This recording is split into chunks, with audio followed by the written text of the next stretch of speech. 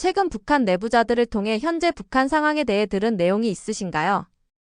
글쎄요, 최근에는 역시 그 통제도 상당히 심해지고, 그 다음에 전화 통화 자체도 요즘 상당히 중국하고 이 합동으로 해가지고, 결국은 지금 현재 내부자라고 하기는 그렇지만은, 현재 여기에 나와 있는 탈북민들의 일부는 남아있는 가족들하고 통화도 하고 하잖아요. 그 다음에 아시겠지만은, 중국 SNS죠. 예, 위챗인가 뭔가 그걸 가지고 서로 영상도 공유하고, 사진도 보내오고, 상당히 많이 예전에 비해서는 제가 예전에 연락을 가지고 있었던 건 그냥 휴대전화로 통화만 하고 막 이랬었거든요. 사진 전송이나 이런 거는 정말 힘들었었어요. 근데 이것도 역시 뭐냐면 결국은 북중 접견 지역에 살고 있는 북한 주민들이 중국 휴대폰을 가지고 스마트폰을 가지고 한국하고 연결을 가지고 있었던 거잖아요. 근데 중국 쪽도 그걸 알고 있기 때문에 북한의 의뢰를 받아가지고 상당히 전파 방해, 그래서 휴대전화 전파를 많이 차단을 하고 장애도 많이 넣고 그런다고 해요. 그렇기 때문에 여러 가지 예전만큼 많은 소식을 못 듣고 있죠. 못 듣고 있는데 그냥 아시다시피 내부자들이라고 하기에는 여러 가지 인과관계가 있는 사람들 이야기를 들어보면 여전히 그냥 힘들다 돈 보내달라 그런 소리밖에 없는 거죠. 특이한 소리를 주민들한테서 뭘 듣겠습니까? 하다못해 가끔씩 어디서 총살했대, 공개재판했대 이런 이야기나 들려오지, 그런 일반 주민들이 평양의 움직임이라든가 간부들의 그런 동향이라든가 정말 간부가 아닌 이상 그건 알 수가 없는 거잖아요. 김정은 체제에 대한 주민들의 실제 분위기는 어떤가요? 글쎄요. 김정은 체제 이후에 오신 분들 이야기 들어봐도 결국은 갖고 갔지 않을까요? 오신 분들 이야기 들어봐도 기대는 했다가 결국은 실망으로 끝나는 그런 분위기 때문에 최근에 보면 역시 북한이란 건 아이러니하게 그런 겁니다. 이 최고존엄이라고 하는 김씨 패밀리의 은혜를 입는 사람들은 있고 그렇지 않는 사람은 절대 다수는 그 은혜 자체도 모르잖아요. 그러나 이게 부단히 세뇌 교육을 하고 그 다음에 최고존엄 이라고 하는 그네들에게 개인 순상 정신을 키워야 하기 때문에 이번에도 보면은 러시아에 갔다가 돌아온 이 파병됐다가 돌아온 전사들 9명이 죽고 절대 다수가 이렇게 반신불수가 돼가지고 돌아온 걸 김정은이가 직접 가서 안아주고 하고 그들은 당연히 김정은한테 고맙겠죠. 물론 자기 몸이 그렇게 반신불수가 되고 하고 해야 한 그런 슬픔에 대한 것도 그만한 보상을 못 받지만 그런 식으로 해서 그런 사람들 일부 사람들은 김정은하고 직접 접촉을 하거나 뭔가 연관된 일을 해가지고 김정은의 그런 말씀이라든가 일단 북한식으로 말하면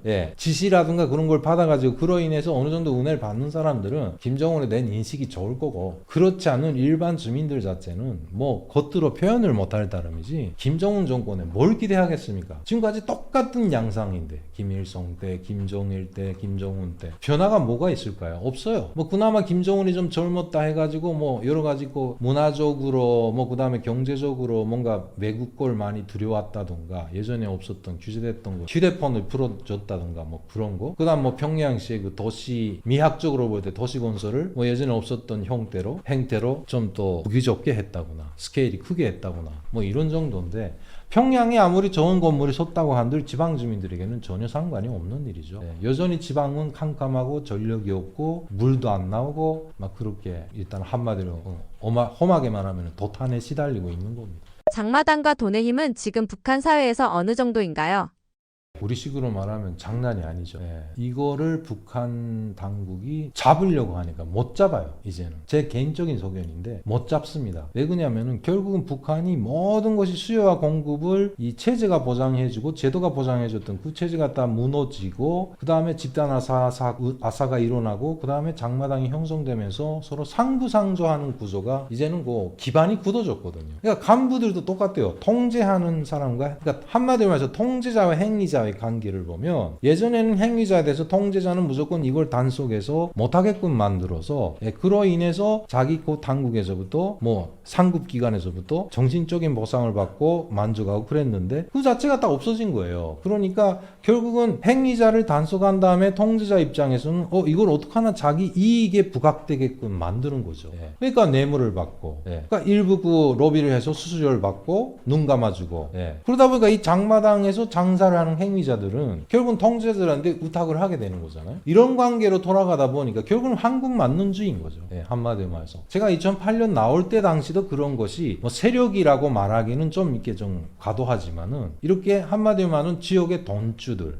예, 돈을 갖고 있는데 이 사람이 얼마 갖고 있는지 몰라요. 대체 보면은 북한에서 그때 당시도 뭐 아까 말했죠, 외화벌이를 하거나 뭐 하거나 해서 돈을 버는 사람들은 북한 화폐가 부피가 크기 때문에 다 엔화나 달러로 환전을 해가지고 달러나 엔화를 간수해가지고 이 집안 어디에다 감추기도 하고 뭐 여러 가지 다 많아요. 북한은 언돌이기 때문에 뭐 언돌의 한쪽 깃대기 이게 뭐 해머로 이렇게 까가지고 구멍을 내서 그 안에다가 철통에다가 달러 뭉치를 10,000달러 100장씩 묶어가지고 그거를 이렇게 비닐로 싸가지고 습기가 안 들어가게 거기다 뭐 묻어놓고, 예, 콘크리트로 다시 시멘트로 이렇게 막 메모를 해놓고 감추기도 하고 여러 가지 방법으로 감춰놓는데, 그러니까 이렇게 돈을 가진 사람들은 결국 뭐냐면은 어느 때부터인가 간부들이 여전히 당국에서는 세부담을 계속 주는 거예요. 예전처럼. 예, 뭐 노동당인 경우는 뭐 이 일단 당원들에게 뭐 1년의 금, 충성금이라고 해서 금을 사금이 됐든 석금이 됐든 뭐가 됐든 1g씩 무조건 내라고 수탈을 해가잖아요. 간부들은 또 그걸 또 거두지 못하면 또 간부들이 추궁을 받아요. 그럴 때 돈주들이 그럼 알았다, 내가 이게 어느 정도 돈을 대줄 테니까 이거 과제를 해라라든가, 예, 뭐 김일성이나 김정일이 생일에 즈음해서 뭔가 또 기금을 올려오라 그러면 돈이 어디 있어요, 간부가. 결국은 그런 돈주들한테 부탁을 해가지고 돈을 좀 돌려받고 그 대신에 그 돈주가 부탁을 하는 여러 가지 간부가 할 수 있는 일들을 해결을 해주는 거예요. 뭐 우리 조카가 이번에 대학 가는데 좀 이렇게 붙여주는데 네가 좀 힘을 써줘라 라든가, 예, 뭐 우리 그 동생이 어디 직장에서 그 현재 그 이런 지위에 있는데 지위 좀 뭐지 승급을 시켜줘라 라든가 뭐 이런 식으로 상부상조 하는 것이죠. 군당 보위부 같은 권력기관 내부도 예전과 달라졌다고 보시나요? 아무래도 뭐 군이나 당이나 그다음에 보위기관, 뭐 사법검찰이라고 말할 수 있는 그런 기관들도 다 똑같아요, 형편은. 근데 일단 뭐 중앙에 있는 간부들은 아무래도 직접적인 감시를 받기 때문에, 예, 좀 힘들다고 하지만 대체 보면은 지방에 나가게 되면 딱 아까 말한 것처럼 똑같은 그런 상부상조의 형식이, 예, 뭐 이제는 어쩔 수 없이 고정불변하게 구축이 돼 있는 겁니다. 그러니까 결국 간부가 되는 거 뭐냐, 예전에도 그렇지만은 뇌물을 받아먹기 위해서 간부가 되는 거잖아요. 예, 뇌물 행위가 점점씩. 그래서 김정은이가 그거를 없애치우려고 계속 간부들을 숙청을 했던 거예요. 너무나도 사리사욕이 밝아진 간부들을 어떻게 좀 뜯어고쳐보자고, 막 김정은 자체가 아무리 애를 썼지만 그거 없애지 못해요, 결국은. 그걸 아니면은 안 돌아가는데요, 결국은. 그렇다고 해서 이윤이 나는 걸 주민들이 다 가져간다? 그것도 배 아파서도 어떻게 참고 있겠습니까? 그렇잖아요. 네. 김정은 입장에서는 그렇게 뭐 사리사욕이 밝은 간부들을 다 없앤다고 하는데 그럼 주민들은 어떻게 해요? 네. 주민들이 만약 돈을 많이 가졌어도 그것도 골치가 아프잖아요. 그래서 이번에 뭐 자가용도 허용을 하고 여러 가지 그런 방비책을 세우고 있는 것 같은데, 예, 이제는 뭐 예전 같질 않아. 뭐 예전처럼 뭐 청렴결백한 뭐 당간부라든가, 예, 그 다음에 뭐 철두철미 원칙을 지키는 목숨처럼 지키는 국가 보위부, 예, 없어요 이제. 뭐 내가 볼 때는 뭐 제가 한번 그 탈북했다가 북송돼가지고 잡혀서, 예, 북한에 끌려가서 보위부에 지절을 한 8개월 동안 받았는데요. 결국은 뭐 물론 혼쭐이 나죠. 예, 정말 그 상상을 초월하는 정도로 뭐 고문 받고 뭐하고 수감되면서 여러 가지 그런 박해를 당하는데 결론은 뭐냐면 예전 같으면 그거로 끝나서 인생이 끝날지도 모르는데 마지막에 가서는 어느 모퉁이에 가서는 결국은 돈이에요. 예, 돈 달라, 살려준다, 이렇게 놓여나는 겁니다, 결국은. 근데 그 돈이 없고 그걸 줄 돈이 없는 사람들은 애초에 그 통제자들 자체도 상대를 보는 거죠. 이놈이 좀 두드리면 돈이 나오겠다 하면은 결국은 살려주는 거고, 그렇지 않다 그러면 너 나올 때까지 쥐어짜든가, 영 안 나온다 그러면 그냥 죽이고 마는, 예, 그런 행태가 계속 자행하고 있는 겁니다. 북한 주민들이 지금 가장 두려워하는 것은 무엇인가요? 주민들이 두려워하는 거는 역시 제가 봄에도 흔히 그런 말을 많이 하죠. 북한에서는 이렇게 개고생을 할 바에는 전쟁이라도 칵 일어나라, 이런 말을 정말 입버릇처럼 일반 주민들이 많이 해왔었어요. 근데 실제 뭐 거의나 뭐 우리 분단 역사가 뭐 50년이 뭐야, 이제 뭐 70년 가까이 되는데도 여전히 통일이 안 되고 있잖아요. 전쟁도 안 일어나고. 북한 주민들이 가장 무서워하는 거는 그 지금 현재 지들이 의거해서 그나마 집단 아사 사건을 겪고 나서 많은 사람들이 굶어 죽고 나서 생계를 어떻게 장마당이라는 곳에서 자생적으로 자율적으로 장사를 해서 겨우겨우 먹고 살고 있는데 이것마저도 통제해서 아무것도 못하게 한다. 네, 그러면 아마 두려운 것뿐이 아니라 그 두려움 때문에 정말 이번에는 우리가 바라올 건데 반발이 일어나지 않을까라는 생각이에요. 네. 북한 주민들은 정말 어찌 어찌 보면 그 고생이란 고생을 다 해봐가지고요. 정말 이게 단련이 되었다고 할까요? 네, 단단해졌어요. 그러니까 이게 이런 단단한 사람들인데 결국은 그나마 그 단단한 사람들이 명줄을 꼭 붙잡고 동아줄처럼 붙들고 지금 장사를 해서라도 먹고 살고 있는데 그것도 겨우 힘든데 그것마저 통제해서 그러니까 북한이 지금 현재 장마당을 없애지 못해요. 네. 이 장마당이라는 행태는 원래 북한이 자칭하는 사회주의 계획경제 하에서는 그런 것이 있어서는 안 되거든요. 네. 일단 뭐 그런 상황이기 때문에 가장 두려워하는 것은 그런 것이 아닐까요? 모르잖아요. 북한은 뭐 어느 순간에 또 극단적으로 나와가지고 뭐 우리 때도 그런 게 여러 번 있었죠. 어디서 삐라 사건이 터졌다라든가 뭔가 그런 사건이 터지게 되면 전국적으로 뭐 이렇게 그 자필 검사를 한다고 하나 이렇게 뭐 글을 써가지고 그걸 국가보육에서 다 그 검증을 하고 알리바이 검사를 뭐 조사를 하고 막 이런 식으로 하는 데인데 언제 어떻게 조일지 모르기 때문에. 그런 공포감은 항상 항시적으로 있는 거죠. 이런 내부 흐름을 볼 때 북한 체제는 앞으로 어떻게 흘러갈 가능성이 크다고 보시나요? 이것도 뭐 어디까지나 개인적인 입장입니다. 제가 볼 때는 가만히 흘러가는 행태를 보면 김정은이도 마냥 그냥 억제여 가지고는 언젠가 이 탄기가 끊어져요. 끊어지면 또 다른 형태로 물론 뭐 그런 우리가 바라는 그런 뭐 내부에서의 반란이라든가 그런 요소가 일어나 가지고 쿠데타라든가 뭐 일종의 그런 민주화의 시작 같은 그런 행태들이 일어났다 하면 북한은 사정없이 뭉개죠. 사정없이 뭉개는데 지금 그렇지만은 그대로 그렇다고 해서 이 상황을 유지해서 끌고 가다가는 언젠가 또 아픈 매를 맞을 수밖에 없는 거죠. 지금 가만히 저도 관찰을 해보니까 김정은이가 지금 국부적으로 자가용도 허용을 하고 그 다음에 일부 그 해외 노동, 해외 파견 노동도 많이 보내고 있거든요. 뭐 두건데 중국에도 좀 많이 드나들기도 하고 그 다음에 러시아도 뭐 복구 건설로 해가지고 뭐 군인들 뿐이 아니라 일부 사람들도 많이 오고 그 다음에 러시아에서 반대로 또 끌어들이기도 하고 있잖아요. 그래서 장차 이대로 쭉 흘러가다가 저 그걸 바라는데 북한 주민들이 지금 상황에서 뭔가 북한의 변화가 있다고 이렇게 호언장담할 수 있는 것은 뭐냐? 북한 주민들에게 여건이 발급되는 거죠. 그러니까 우리 대한민국도 그렇잖아요. 80년대 해외 가자면은 뭐 무슨 보증인이 둘이 있어야 되고 뭐하고 해서 엄청 까다롭고 해외 출국하기가 힘들었다고 통제를 많이 받았다고 해요. 그것처럼 북한도 뭔가 그 고비를 넘어가지고 이 국부적이나마 개인들이 나 돈 줄 테니까 여권 좀 떼주세요. 그래 돈 받고 여권 떼줘. 뭐 이런 형태로 좀 돌아가지 않을까라는 그 바람이에요, 바람. 그렇게 되면 또 북한 사회가 또 한 단계 좀 변화를 가져올 수 있고 뭐 변혁이라고 해도 과언은 아니지만 하여튼 그렇지 않고서는 제가 볼 때는 그냥 오리무중이죠. 변화가 없이 그냥 흘러갈 것 같아요. 일단 뭐 이 당면하게는 뭐 미국과의 관계죠. 북한이 가장 지금 절실한 것은 미국의 제재를 풀자는 게 목적이기 때문에 그게 풀리기 전에는 북한의 그 어떤 변화나 변동도 있을 수 없다고 봅니다. 여전히 계속 미사일을 쏠 것이고 그 다음에 뭐 이 우리 대한민국도 그렇고 뭐 일본도 그렇고 미국한테도 뭔가의 제스처를 취해가지고 항상 지네가 으르렁거리는 그런 이니시어티브 일종의 주도권은 쥐고 나가려고 하는 그 버릇은 그냥 변함이 없을 것 같아요. 뭔가 기대를 현재 우리 대한민국 정부도 여러 가지로 이렇게 뭔가 변수를 가져오려고 애를 쓰시는 것 같은데 웬만한 변수를 가지고는 북한이 뭔가 낯을 안 돌릴 것 같은 그런 느낌입니다. 전승절 이후 3개월 만에 김주애가 다시 등장한 배경은 무엇인가요? 일단 그 화두에 되었던 것이 뭐 최근이 아니라 뭐 거의 뭐 1년, 2년 정도 됐나요? 뭐 김주애, 딸 김주애에 대한 이 논란이 상당히 많이 그 두각이 되고 있는데 제가 보면 여러 채널에서도 제가 말씀드렸고 이 우리 채널에서도 이전에도 말씀드렸지만 현재 김주애를 김정은의 후계자로 보기에는 좀 시기상조가 아닐까라는 그런 전제하에 김주애가 일단 최근에 보면은 이 김정은의 중국 방문 이후에 자취를 감췄거든요.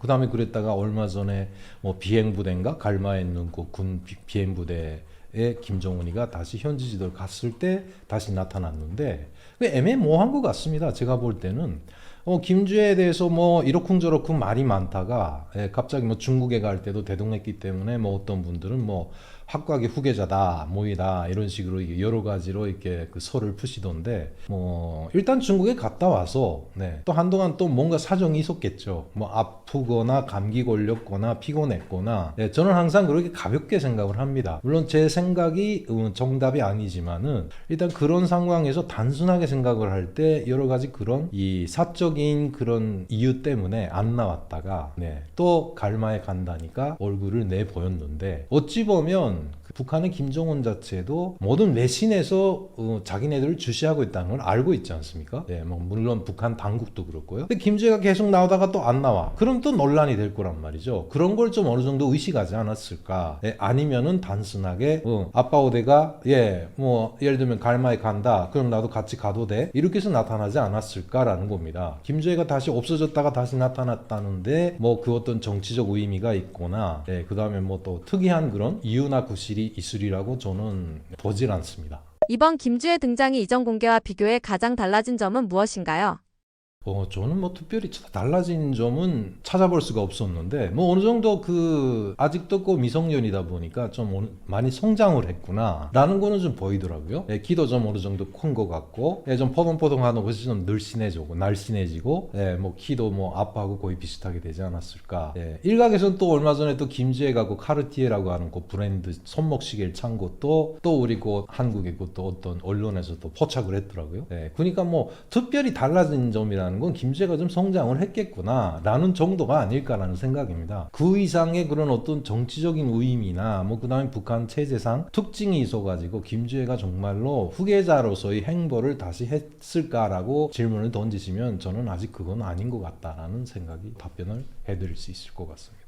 김주애 재등장이 김여정 리설주의 위상에는 어떤 변화를 주고 있나요? 특별히 변화를 줬을까요? 뭐 일단은 예전에는 퍼스트레이디라고 말하는 이설주 자체도 나타났다가 안 나타났다 하니까 또 극단적으로 또 우리 언론의 일부에서는 뭔가 또 몸이 아프다거나 뭐 병환설, 뭐 병에 걸렸다거나 뭐 심지어는 또 임신을 해서 아기를 낳는다 뭐 여러 가지로 이렇게 가설을 세우시는데 뭐 그게 대해서 정확한 정답을 아시는 분은 없지 않을까라는 생각입니다. 그리고 또 김주애 자체의 존재로 인해서 뭔가 김여정이나 이설주가 무슨 영향을 받는다라는 이런 자체도 저는 맞지 않지 않을까라는 생각이 들고요. 뭐 아시다시피 제3제가 말씀드리지만은 김주애는 그냥 딸이고 자제분이라고 그냥 딸이고 이설주는 그냥 우리식으로 말하면 포스트 레이디인 거예요.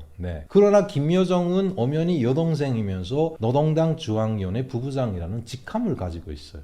그렇기 때문에 호상관계, 상호관계에서 어떤 영향이 있냐 하게 되면은 일단은 김여정이가 직함을 가지고 있는 한마디로 말해서 일을 하고 있는 사람이기 때문에 김주애나 이설주가 김여정에게 어떤 영향을 준다는 거는 아직 생각을 할 수 없지 않을까라는 제 개인적인 소견입니다. 김정은의 김주애 포도당 발언은 어떤 의미로 해석할 수 있나요? 뭐 여러 가지로 해석이 되겠죠. 그냥 아빠로서 딸이 너무 예쁘니까 딸을 그냥 사랑스러운 말로 포도당이다. 그리고 솔직히 그렇지 않습니까? 아무 나라나 같죠. 대통령이 됐든 뭐가 됐든 그 나라의 영수가 딸을 데리고 나가게 되면은 관직에 있는 사람들은 당연히 관심을 갖게 되는 거고 또 나타나게 되면은 당연히 영수의 딸이기 때문에 그냥 관심을 끌 수밖에 없는 거잖아요. 그러니까 분위기도 좀 많이 유화되고 가끔씩 가다 그런 공식 행사에서도 김주애가 엉뚱하게 뭔가 발언을 했을 수도 있지 않습니까? 그런 상황들이 역시 김정은 입장에서는 그 분위기 메이커로서 뭔가 포도당과 같은 역할을 하고 있지 않을까 이런 식으로 해석이 되지 않을까라는 겁니다. 자꾸 이걸 힘들게 생각해서 김주애한테 뭔가 있나 해가지고 파고 들어봤자 아직까지도 명실공히 제가 말씀드리지만 김주애는 아직도 미성년자라는 거죠. 그리고 북한 체제상에서 어떤 직함도 가지고 있지 않습니다. 물론 우상화를 위해서 김주애를 우상화하는 것이 아니라 김주애를 통해서 김정은을 우상화하기 위한 존재감을 드러내고 있는 것이지 그 외의 목적은 아직은 제가 볼 때는 없지 않을까라는 생각입니다. 앞으로 김주애의 공개 행보와 위치는 어떻게 전개될 가능성이 있나요?